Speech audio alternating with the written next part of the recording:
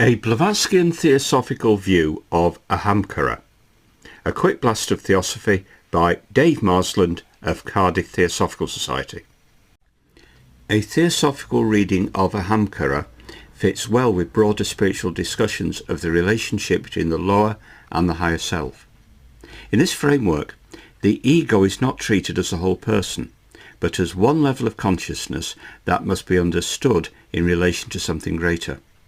Scholarship on Western Buddhism and transpersonal psychology emphasizes cross-hermeneutic approaches that compare traditions without flattening their differences, which is useful here because Ahamkara can be interpreted as both a psychological and spiritual concept. Read in this way, it names the process by which individuality is formed, while also showing how easily the self can become attached to its own limited perspective. Likewise, studies of yoga and spiritual formation describe the path as a process of building up the human being toward the divine, not simply rejecting embodied life. The goal is not to erase personality, but to refine it so that it can participate more fully in truth, discipline, and inner awareness.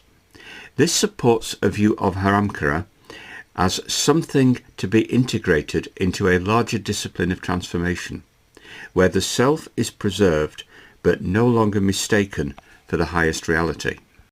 Theosophical thought also tends to value the purification of consciousness rather than a crude rejection of personality.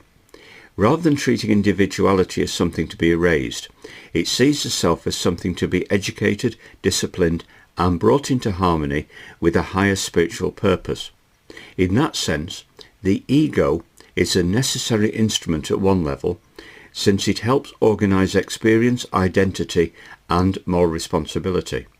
But it must not dominate the whole person or mistake itself for the final truth. This is consistent with spiritual writings that stress the role of intellect, discernment, and inner refinement in approaching truth. Ahamkara becomes a problem when it claims to be the highest authority and turns awareness inward on itself, but it becomes useful when it serves a higher order of awareness and supports the gradual transformation of the purpose.